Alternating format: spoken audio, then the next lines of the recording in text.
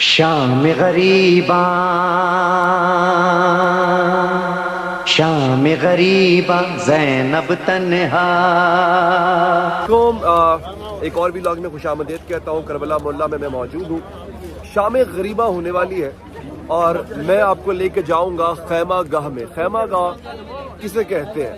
جہاں پہ آل رسول کے، جہاں پہ سیدہ زینب، جناب مولا عباس، جناب امام حسین اور تمام آل رسول کے خیمے نصب تھے. اس جگہ کو پرزرو کیا گیا ہے، اس جگہ کو کہا گیا ہے خیمہ گاہ. بالکل یہ ساتھ ہی موجود ہے امام حسین کے روضہ کے اور مقتل گاہ کے بالکل ساتھ ہے. وہاں پہ کس کس کا خیمہ کہاں کہاں لگا ہوا تھا، وہاں کا نظارہ میں آپ کو کراؤں گا، وہاں کی زیارت میں آپ کو کرواؤں گا انشاءاللہ. میں آپ کو خیمہ گاہ لے کے چلوں گا. اور یہاں پہ جب شام غریبہ، آپ نے بہت شام غریبہ دیکھی ہوگی، کربلا میں جو شام غریبہ ہوتی ہے آپ کو میں وہ دکھاتا ہوں کہ کربلا میں کس طرح سے یہاں پہ اس وقت جہاں میں موجود ہوں جو زائر ہیں وہ شام غریبہ کیسے مناتے ہیں. وہ شام غریبہ جب سکینہ بنت الحسین اکیلی رہ گئی، اپنے باپ کے لاش کے سینے کے اوپر سر رکھ کے سونا چاہتی تھی، مگر شمر لعین نے تماچے مار کے اٹھا دیا. جب ان سادات کے خیموں کو آگ لگا دی گئی، باپردہ خواتین، باپردہ مستورات، باپردہ شہزادیاں وہ خیموں سے نکلنے پر مجبور ہوئیں، انہیں قید کیا گیا. تو آئیے میں آپ کو خیمہ گاہ کی طرف لے کے چلتا ہوں. ناظرین، میں اب آپ کو خیمہ گاہ لے کے آیا ہوں. بیسکلی یہ وہ جگہ ہے جہاں پہ امام علی مقام نے اپنے گھر والوں کے اور اپنے خیمے نصب کیے تھے. اس جگہ کو خیمہ گاہ کہتے ہیں. تو آئیے میں آپ کو زیارت کرواتا ہوں کس مقام پہ کس کا خیمہ تھا.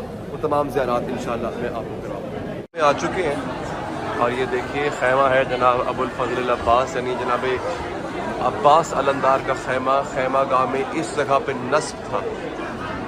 یہ جگہ یاد دلاتی ہے ان خیموں کی جو کہ آل رسول نے اس جگہ پہ نصب کیے تھے. حر ریائی نے یہ خیمے یہاں سے اکھڑوا کے کہیں اور جو ہے وہ یعنی اس مقام پہ حر ریائی نے کہا تھا کہ خیمے اپنے اکھاڑ کے لے جاؤ اور اس مقام پہ نصب کرو، جس پہ عباس علمدار نے احتجاج کیا تھا اور مولا حسین سے یہ اجازت مانگی تھی کہ اگر آپ مجھے حکم دیں تو میں حر ریائی کو منہ توڑ جواب دوں گا. لیکن امام حسین کی مصلحت کچھ اور تھی، انہوں نے منع کر دیا کہ ہم یہاں پر جنگ کرنے نہیں آئے ہیں، عباس تلوار کو میان میں.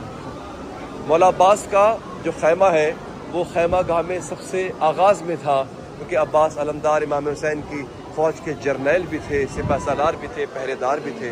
اس وقت آپ کے سامنے میں یہ دکھا رہا ہوں امام حسین کا خیمہ. یہ دیکھیے محراب خیمہ امام الحسین.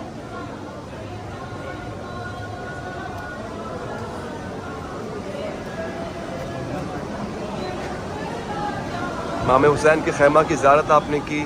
یہاں پہ میرے آقا امام علی مقام امام حسین کا جو خیمہ ہے وہ نصب تھا. ٹھیک اس کے پیچھے، اس خیمے کے پیچھے آپ حیران ہوں گے جان کے کہ بھائی اور بہن کی کتنی محبت تھی کہ ٹھیک اس خیمے کے پیچھے یہ دیکھیے جناب زینب الکبریٰ کا خیمہ موجود ہے. ثانیہ زہرا جنہیں کہا جاتا ہے، فاتح کربلا جنہیں کہا جاتا ہے. کربلا کی جنگ کو بیسکلی کربلا کی جنگ ایک پروپیگنڈے کی جنگ تھی. یزید نے پروپیگنڈا کیا کہ باغی ہیں یہ، خلافت کے باغی ہیں، ان کو مار دیا جائے. اور اس پروپیگنڈے کو ناکام بنانے والی جو ہے وہ سیدہ ثانیہ زہرا بی بی زینب سلام اللہ علیہا ہیں. ان کو بندی بنا کے، قیدی بنا کے عراق سے شام تک کا ان سے سفر کروایا گیا، بازاروں گلیوں کوچوں میں لے جایا گیا. اور وہاں پہ انہوں نے جو تقاریر کی ہیں، جو خطبے دیے ہیں، اس میں انہوں نے یزید کے پروپیگنڈے کو نیست و نابود کر دیا. یہ خیمہ ہے بیمار کربلا امام زین العابدین کا، جو کہ مولا حسین کے سب سے بڑے بیٹے تھے. جنگ میں شہید نہیں ہوئے، بیمار تھے. جنگ کا اصول ہے بیمار جنگ میں حصہ نہیں لیتا اور بیمار پہ نہ ہی ہاتھ اٹھایا جاتا ہے. مصلحت خداوندی یہ تھی کیونکہ امامت کو آگے چلنا تھا، نسل حسینی کو آگے چلنا تھا، اس لیے جناب امام زین العابدین علیہ السلام کو بیمار کر دیا گیا تاکہ ان پہ جنگ کی سختیاں جو ہیں یا جنگ ان پہ لازم نہ ٹھہرے اور وہ جنگ میں شہید نہ ہو، کیونکہ نسل حسینی کو آگے بڑھنا تھا. یہ خیمہ گاہ ہے ناظرین. یہاں پہ بہت سے لوگ موجود ہیں جو کہ آپ دیکھ سکتے ہیں کہ نماز ادا کر رہے ہیں، مناجات کر رہے ہیں، عبادات کر رہے ہیں. خیمہ گاہ کا یہ حصہ یہاں پہ ختم نہیں ہوتا، اس کے پیچھے کچھ اور بھی خیمے ہیں جہاں میں آپ کو لے کے جا رہا ہوں ناظرین. وہاں پہ ایک مظلوم کا خیمہ ہے، ایک ایسے مظلوم کا جو در یتیم ہے، جو کربلا کا یتیم ہے، کربلا کا جوان ہے، اس سے ایسی جنگ لڑی کہ فوجی اشقیاء حیران رہ گئی تھی، اس سے ایسی جنگ لڑی کہ ہاشمی بھی حیران رہ گئے تھے۔ عباس علمدار جو کہ اس کے استاد تھے، اس کی اس جنگ کو دیکھ کے حیران رہ گئے تھے۔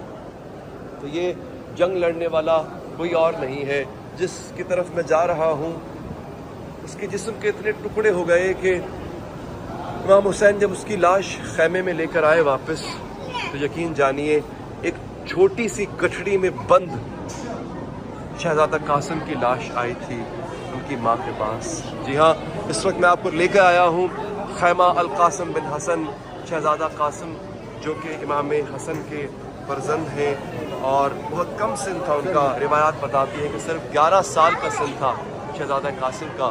یہ ان کا خیمہ ہے، آپ دیکھ سکتے ہیں یہاں پر لوگ موجود ہیں، اپنے اس شہزادے کو پرسہ دے رہے ہیں، اس کی زری کو چوم کے اپنی عقیدت کا اظہار کر رہے ہیں۔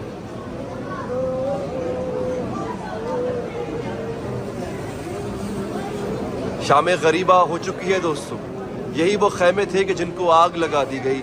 اب سے تھوڑی دیر کے بعد سکینہ اس بیابان جنگل میں اپنے بابا کو ڈھونڈے گی، لیکن اس کے بابا کی سر کٹی ہوئی لاش ریگستان میں پامال پڑی ہوگی، جس کو فوج اشقیاء کے گھوڑوں نے پامال کیا۔